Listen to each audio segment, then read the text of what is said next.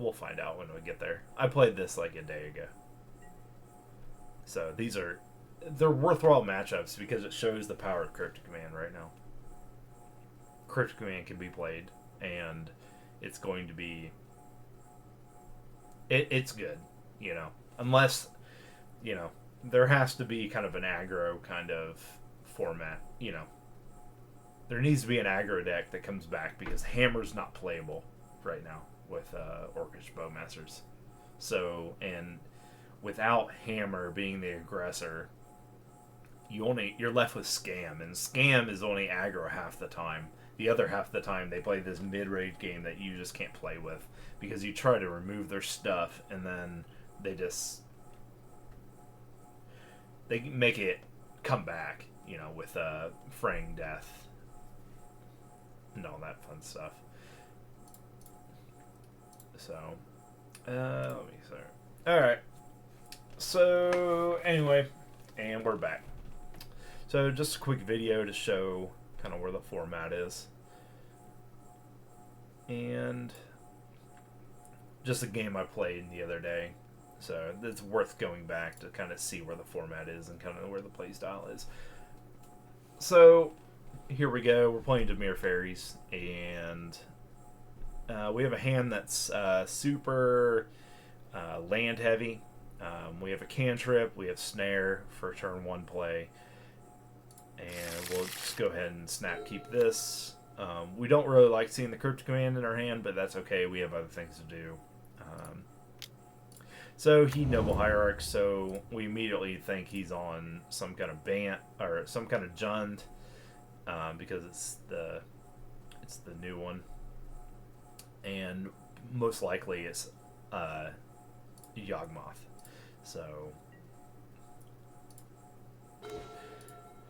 So we just go to island past. We're gonna react accordingly to whatever he does. So, and then he wall roots.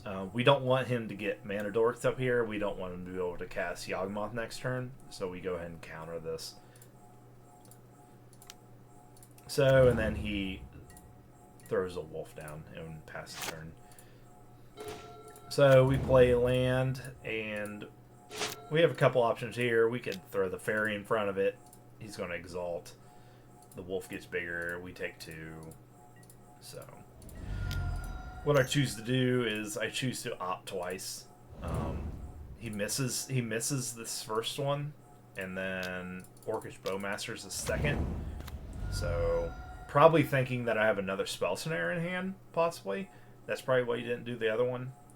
So he only gets the 1 off this. We like what we see. We take the Borrower into our hand. We wanted the extra land. The fast land on this turn in the island puts Cryptic Command up, leaves it up for us. So, and the Brazen Borrower gives us some much needed interaction as well.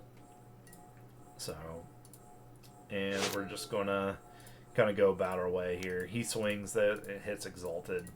So take our 3, and then we bounce the token, getting rid of that. So, and then we have Cryptic Command mana up. He tries to Endurance. So we threaten Cryptic. We choose to counterspell here instead of the Cryptic Command because we want him to think that we have another counterspell in hand. So, and that's what we want. That's our intentions here, to make him constantly think that we have something going on that he doesn't know what we're going on. It has no other purpose to this. Then we just mastermind it into his turn, and he passes. We draw. So we got flooded here for a second, which really hurts. We really want a removal spell here, big time. So we're not intending to block here. This is a race at this point. And so we go ahead and throw our 2/1 flyer at his face. He then attacks, Exalted. So we then here he's playing a halfling, so his legendary spells, Yawgmoth is no longer counterable when he plays it. He also has 4 mana now to cast it. So we have to be aware of that. You then have Hapatra, sorry. This is worth knowing. It gives poison counters to the people, and it also puts -1 counters on creatures, which is obviously the combo for the Undying creatures going on. So he has a lot going here. It doesn't look like we have a lot going off, but we do. We have Cryptic Command, so we can tap them out whenever we want to make this very viable. And what we're about to do is we're about to cast Borrower, and we're about to have front go from 2 power on board to 7, which that kills them in 3 turns. So we're actually not that far behind. So, and we get a stall turn in between all that. So, and he has no flyers. He has no way to block these creatures at all. So we're going to push the attack. We're going to be aggressive here. Now, the mistake to shock myself here is probably a mistake. But it's... I had to make a judgment call here to play the Morningtide, and I did, and we went with this line. And it actually would have worked out if I hadn't made a mistake here. So we'll show the mistake here. So we play Morningtide as a 7/7. So we do that. 7/7. He comes here. The mistake was I should have tapped his board on the upkeep before he was able to do anything. Because what ends up happening is, I don't know if he had this in his hand for the whole time or not. Probably not. He probably drew into this. But he draws a Gris, taking care of the Morningtide. And I also could have bounced the Morningtide in my hand, but it doesn't mean anything. And I'm 1 damage short here for the rest of my board. So we let it die. That's my mistake. So we tap draw, I believe. Oh no, you didn't tap draw.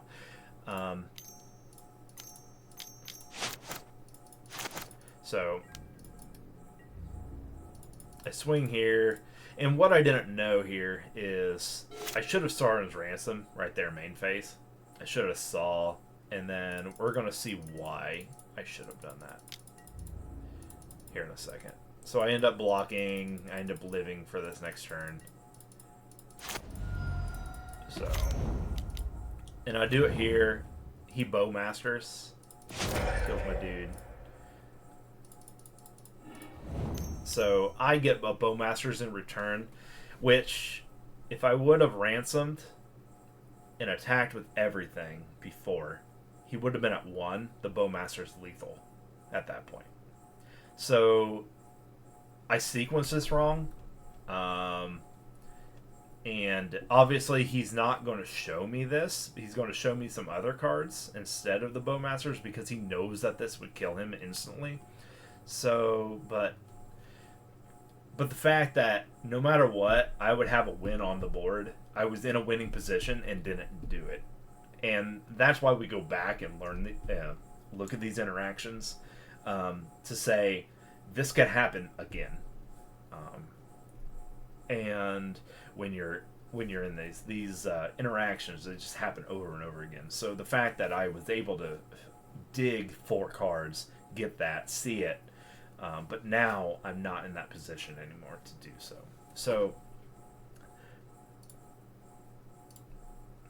So we feel bad now that we found the Orcish Bowmasters and could have won. So we kind of do whatever, and we don't draw the thing we need. We drew Counterspell. We need, we clearly need removal here. So to remove the Strangleroot and to be able to block 2 of these creatures, and then we can possibly do something. So game 1, but we had the chance to win. So, in our heart, we're up a game here. So we should have won, but we're behind. So we'll go to game 2 now.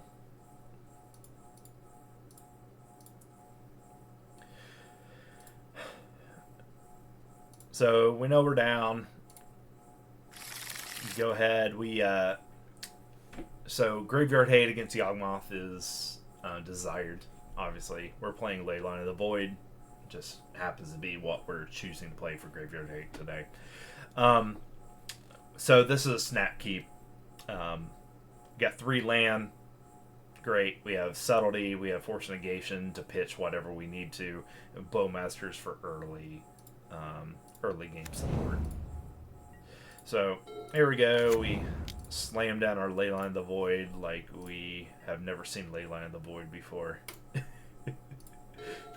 So, and then we just pass. He hierarchs. We expect this, but this is just an Orcish Bowmaster target. That's really all that is. And we just mainboard this. We don't want him to do anything fancy. We don't want to give him 3 mana. His best opening is Hierarch. Hierarch plays land 2, plays Grist. That's his best opening, and if you can keep him off that as long as possible, you can basically win the matchup with almost any cards. So, just to keep him off that.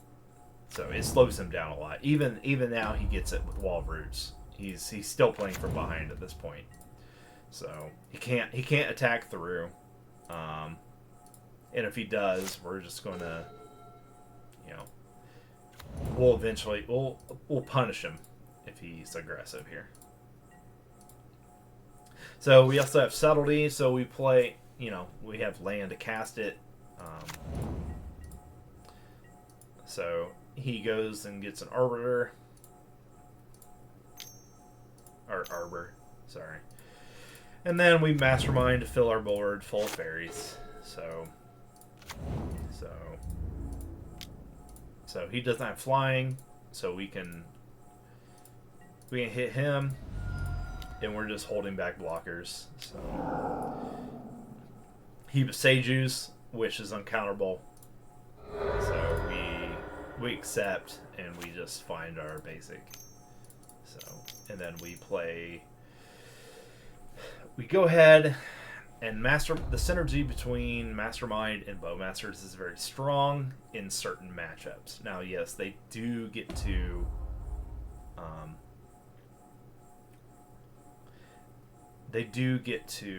like draw a card off this.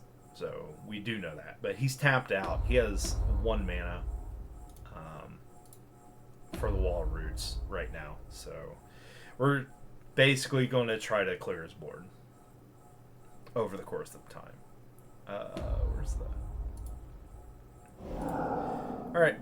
So, and we go ahead and clear this because we have the Leyline of the Void effect. So if we don't do this turn or right now, this thing's going to keep coming back and possibly could be a Yawgmoth combo, and we want to keep him off that. So, yep. So we draw for turn. It's an EE, which is really nice. It's a big deterrent for him to put this thing on 1 and just let it sit there while we just keep attacking over and over again. So.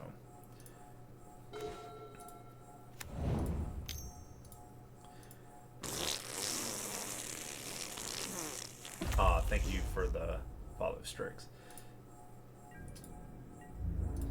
So we keep attacking over and over again. So and now we have Cryptic Command mana. We can pitch the Subtlety. We can pitch the Force Negation. We have so many options here to cast 2 spells. So he's actually going to go for the Endurance route. It's the end of our turn, so we have to kind of choose wisely what we want to do. We counter draw. Now this does allow him to untap and do something, but we have something to pitch if he does it. So we're not really out of it. And like if a Yawgmoth comes down here, we settle. Like, so this is what we were expecting to happen. So, and we also drew a March of the Wretched Sorrow. So, and then he endurances. This one obviously gets off, takes our graveyard away, but he he has the worst of the interaction by far. He had to pitch to this, and I believe he pitched another endurance. So 3 of his endurances are gone. So based on this, so we feel really good about that because one of the strongest cards in his deck is endurance against us. So him being able to pitch those away, we don't have to worry about it. Really puts us in a good position here. So good old creeping tar pit coming through. So at this point, we can start being more aggressive. We can attack with our 2/2s. If he blocks with anything, it's good. I got EE up, so if he does block with the wolf, I can just EE it away.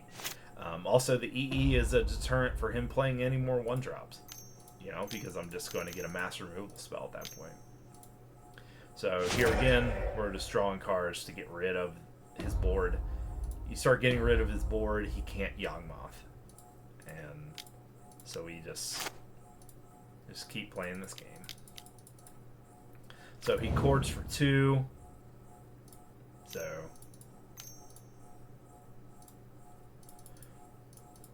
we don't want this shenanigans going over. Because we're on this plan to Faerie Mastermind. So we want to be doing the damage, not the other way around. So he draws the second card, we draw off that, Faerie Mastermind in effect. So now we have 5 damage. We can attack with the tar pit. We're going to do that, and we just start attacking all out. We're going to make this a race because we're ahead right now, and we're ahead a lot. So we have a choice here to play the Bitter Blossom or hold it. There's no reason not to tempo out here. The reason why we win it is because of the EE here. We want to be able to maybe shield Red's Edict, but he's just going to sack the Young Wolf to that. So we don't really... Shield Red's Edict at this point in time is not the best card in the world to have in our hand. So we just go ahead and play the long game, put a Bitter Blossom down there. So even if he wipes our board out, we get there. So with... he only has 1 more activation here. He's down on board. He dies next turn to these in this onslaught of things. He'll end up blocking with the wolf, then we'll EE it away. And then we'll just Shield Red's Edict, which will take another creature away. He's really, really behind. So game 3.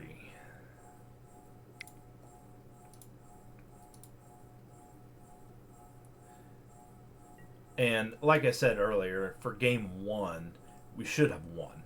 And if I would have sequenced correctly, we would have. And this match would have been over. But that's not what happened. So we're here on a game 3 that we shouldn't be in. And here we go.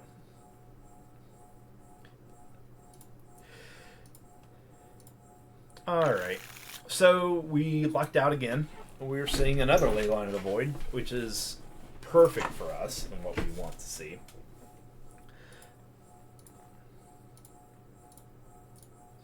So we go ahead and slam that down as fast as possible. And he gets a halfling, so he can... legendary spells come down as uncounterable. That's pretty much the reason to play this card. So we land. The only thing we have going on for us is Fatal Push and Snare. We do not want a turn 2 Grist coming down. It is the worst thing in the world.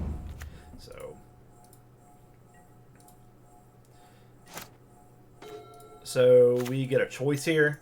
We're going to Slain Blossom here. Obviously, I could hold up counter. I could bounce something. He has Yawgmoth mana up here.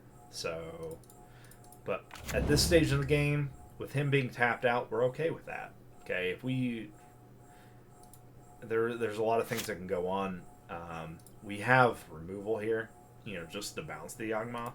So we're not out of the game by no means. So another Leyline, not really happy with it. We already have our 1, but it'll be nice to have later. So he is aggressive with this Nurturing Peatland draw. So he must have nothing going on. He must have nothing, because if he's drawing this early to get things and get the combo, I either think that, or he has a bunch of lands in his hand and he thinks he can draw a card here before like a Mastermind comes down, because my other choice is to Faerie Mastermind here and draw off that, but that's me being very greedy as a player, and I know that if he plays another land, he can still play Gris, which I don't want to happen. He can also play Endurance, which I don't want to happen.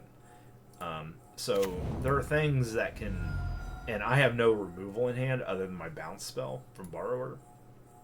So we're going to not do that. So he just he gets Arbiter. So in here, and we just take 2. So and here he's tapped out, so he can only play 2, and he has nothing from Flash for 2. So if he has 3, we probably don't do this, because we're afraid of Endurance. Yep, and he goes ahead and draws a card, kills our Faerie. So he does Yawgmoth things, bounces. So we get our 3rd land. He untaps, plays another Peatland. Here's the Gris. So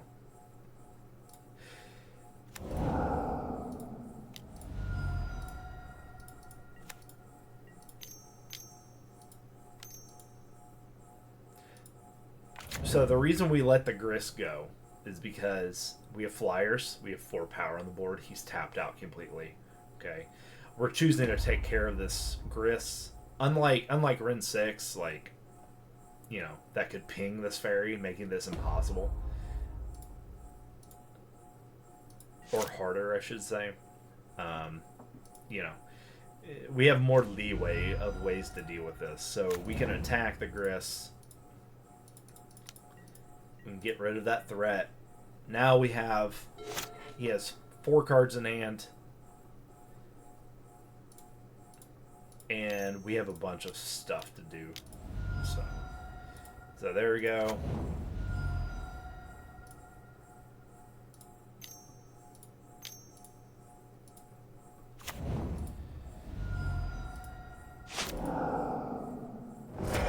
Now, the reason I didn't counter that is because the hierarchy. I think he had a hierarchy, didn't he? That why? Yeah, that's why it came. It was uncounterable. So. And now he's kind of comboing off. He's taking up our big pieces. So Leyline of Void doing work. You know, every time he can only do this once. He can't do the combo. So we're not worried about, because we're not worried about the combo. We're not worried about him instantly winning at any point in the match yet. So we just take it. So our life total is still good. So we get an E. This is really big. So we attack him. We make this more of a race. We then play EE to be. Now he starts sacking things away because he knows that they're objectively worthless now. And he can either draw now and take care of our board, or he can wait for me to pop it and do it at some other point. So he's a good Yawgmoth player. So Haywire Might comes down. And then we have this little counter war here. Spell Snare against Bowmasters is quality. And then we take care of that. Which he doesn't know we have another Leyline of the Void, but him being able to Haywire Might the Leyline of the Void out is good for him. So the Wolf is whatever at this point. It's not that crazy. He will be able to kill a Faerie, and because this is on the board, I can control when he sacks this Wolf, kind of. Because he's not just going to do it at random now. He's actually going to have a purpose behind it. And I can also just not pop. Even though I'm at 6 life and losing 1, I can block this and it will go away completely. I can block and he'll sack. or I can just hold this as a deterrent because, you know, he doesn't want to keep losing life off his draws. So that's one thing about him. He's losing life as well to do things and functionally draw. Leyline of Void is doing work here. So we block because we can't take 2 damage here. He then pumps here, and this is where we crap. Take it away. Because we can't do, fundamentally, we can't take that plus take damage off of the Bitter Blossom. Like, that takes off winning line here. So he endurances. So at upkeep. So we have ways to deal with this. So I have Ardawara, which is balanced no matter what. It's really good. So, and then he plays, because I popped the E, he's able to play the Watchwolf, and he's going to then draw and get rid of my board. And I believe he runs out of time here. So we're being mana efficient here. We're taking out we took out the Pendlehaven. What we're going to do here is we're going to bounce probably the Yawgmoth, take that. So, or we took the Endurance. I'm not sure if we win here or not. This board state really depends on what my next draw is. Because we have a fetch land, so I probably throw Endurance back, but if I throw Endurance back, then he just casts it again, and I know that. If I bounce the Yawgmoth, yeah, he has to wait till next turn, but I want to get 1 turn to live, and so we probably lose this game, in all honesty, because he's just going to have too much out there, no matter what. We do get a Bitter Blossom Faerie. We do get that. So we will have 1 blocker. So being able to deal with, if I do get removal, like a Fatal Push or something, is fine, but I can't. I can only survive for that 1 instance and that 1. And I basically need Cryptic Command here. Another copy of Cryptic Command. Once I would get another copy of Cryptic Command, then I could stall him out a turn and bounce Bitter Blossom, have a token to block with, and then I would need 1 other threat and try to get a counter, or yeah. And there would just have to be some.